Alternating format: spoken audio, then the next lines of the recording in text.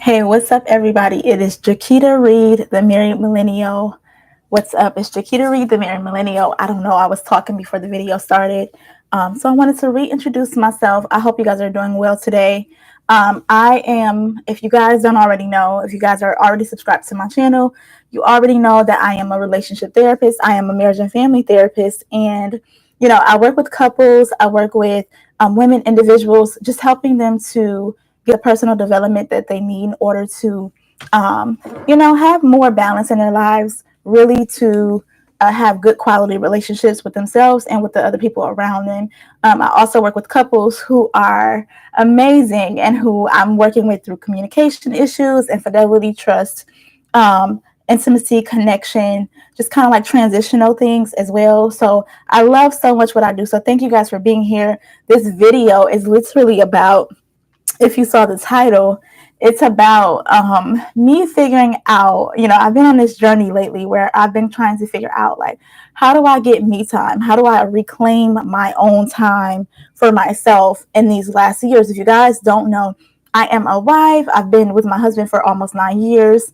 I am a mom of three beautiful girls, 12, 6, and now 4-year-old.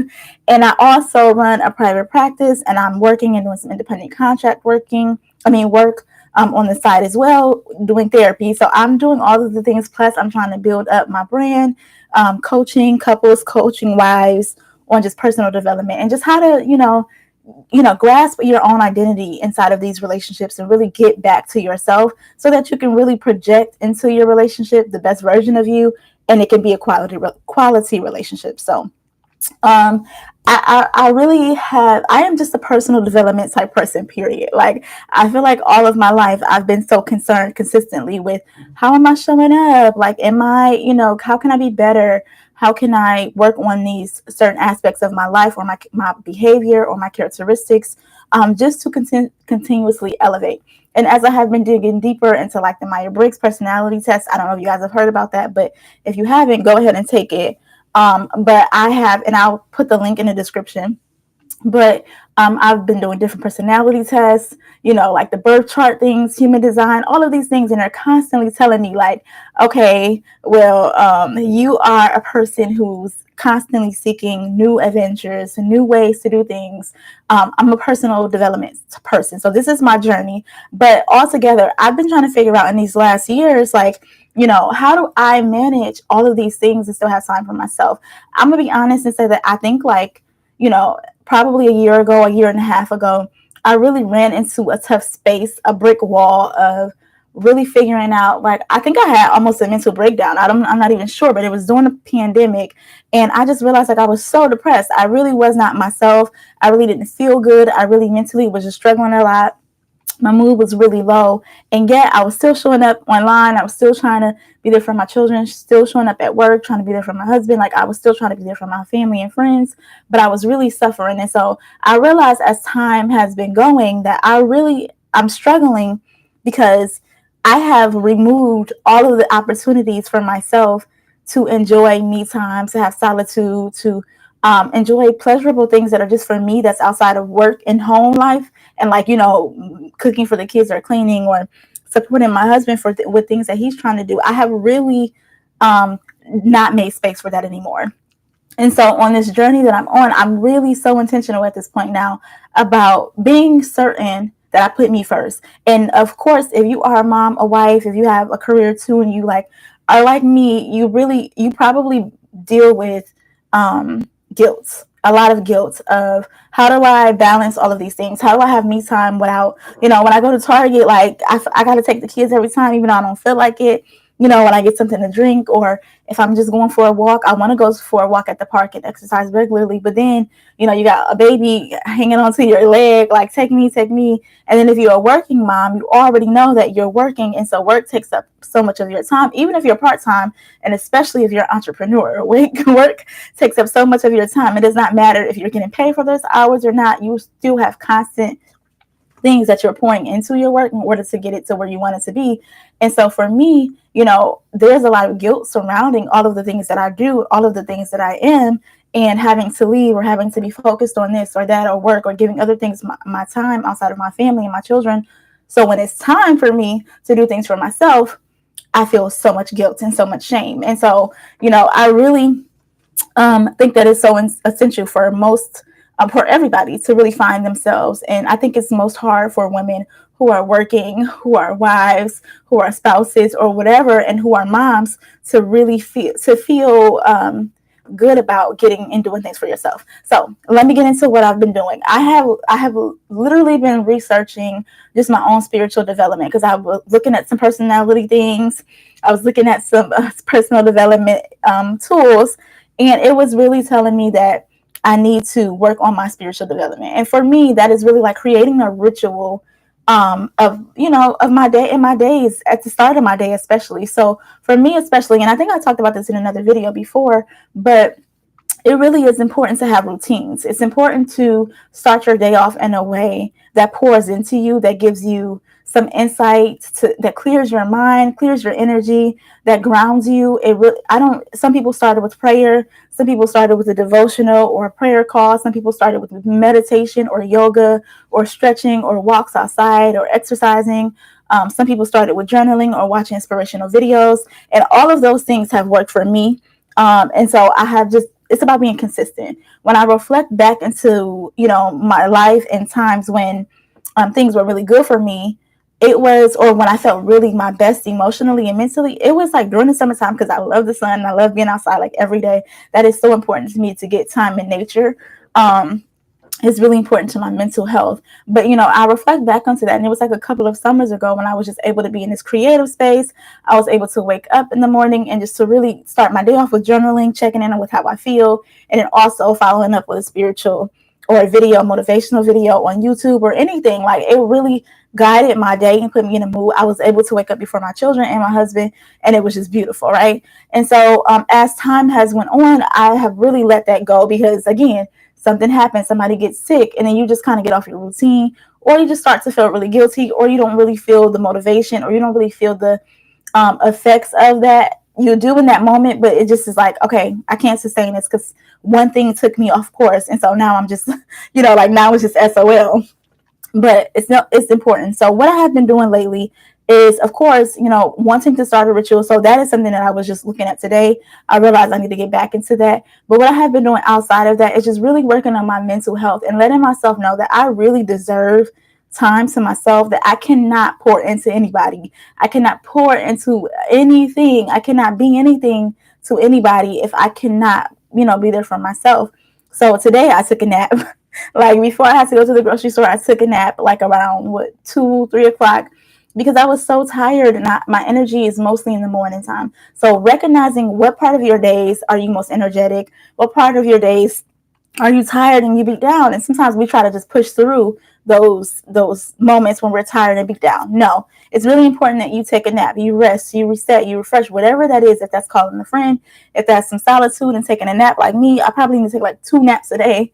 But if that is that, or if it's just taking a walk or journaling, like listening to a video, closing your bedroom door. And so again, that is one thing that I have been trying to do as much as possible, is really taking, like, for me, I have, there's 5 people in my house, including me. And so being able to take a space or find a space that's mine, that's not cluttered, that has no one else's footprints and handprints and marks and toys and whatever in this space is so important to me. So I have really been intentional and trying to be about closing my bedroom door, right? And shutting out the noise. I told myself today when I was going to take a nap, I was like, you know what? I got to just do it. I have to. Everybody will be okay. They will. And I'm going to say it again. Everybody will be okay. They will be okay. They will be okay. They will be okay without you. You need to reset. You need rest. You need to be able to do all those things that you can continue to be, this person that you're supporting all of these people in your life, and you're trying to support a career. So again, this entire, video is just really about us understanding and being super intentional about what that means. I know there's so much guilt, but I mean, what are you going to do? Like, I think I'm getting to be this type of person at this point in my life now where it's like, we know that there's excuses. There are some justifiable reasons for why you can't do something or how you feel, but your feelings are not the boss. I'm here to tell you, as a therapist, as a person who's going through this, who's experiencing this, who's wanting to help you guys and support you, that your feelings are not the boss of you. You have to understand that. And so it's so important to take control of those. And the way that I always tell people to take control of their feelings is to journal them out, get them out in front of you, put them in front of you, put them on paper, say them out loud, put them in a prayer, meditate, whatever it is you need to do. Write affirmations, do something to put your feelings out in front of you and your thoughts and your emotions so that they don't control you, because you can't control what you can't see, right? Or what you can't put in front of you. And sometimes it's so important to put those things out on paper, write them down. I like physically writing or type them on a computer, but physically writing has been proven and evidence based to really help people connect with the information or to really experience that release. So do that so that you can release those things, but they're not the boss of you. So I understand that there are reasons why it sounds easy, but I'm telling you, I do all the things, okay? Like I do work. I have my children. I'm there for them. Like I am cooking daily. Like I am cleaning. I am with my husband. I'm trying to get time for him, time for me, time for date night. I'm trying to maintain my sexual libido. I'm trying to do all of these things, right? And so I fully understand what it means to be in this and what it's like to not have any energy, to be beat down, to be overwhelmed, to be lethargic, to be, to not feel good, to be just wanting to shut down, to feel hopeless, to feel like you don't even know how to make a change or make a difference in your life or for yourself, right? I understand that. Like if money is an issue, all of these things are stressors, and I get them. I do. I really do.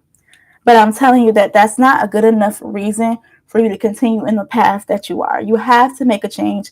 You have to do something for yourself. You have to do something better than you've been doing, which is taking time out for yourself. If that means going to sit in the car, I keep my phone on sleep. I don't know, like for my people who know me, I keep my phone on sleep constantly all day, simply because I need that space, especially with the line of work that I do. I need that peace of mind. I need that separation from the outside world sometimes to just focus on what I have going on in my house. And then even in what's going on in my house, sometimes I have to have those, moments where I'm just in a space by myself in quietness. And yeah, the kids could be out there tearing down the wall or throwing everything all over the floor. It could be whatever going on, but I understand that those things are going to happen regardless in any way. So I still have to take time for myself because I don't want to be, like some of our grandmothers who have just, they either passed away early or died from illnesses, or they lived and all of their lives was just completely serving other people, and rarely did they do anything for themselves. Like they probably didn't even know what that means. Like, what? Something for myself? Like, what do you mean? Like, I'm doing something for myself when I help you, and I don't want to end up like that. I love my family, I love my work, I love my clients, I love my husband, I love my family, my friends, everybody. But again, I have to live with me for the rest of my life. And I just want you guys to understand that too, that we have to be more intentional about creating space. So again, if that's going to the store by yourself, leave them babies. They'll be okay. Like leave your spouse, they'll be okay. You have to take that time for yourself. Don't let anybody guilt trip you, and just really, practice telling yourself yes. I said I'm gonna have like a yes a week. So I'm probably gonna do a vlog on that. I'm gonna have a yes week for myself and see how that goes, and telling myself yes to all the things that I feel like I want to do that comes up for me. I'm gonna let y'all know how that goes. But again, take the time to yourself.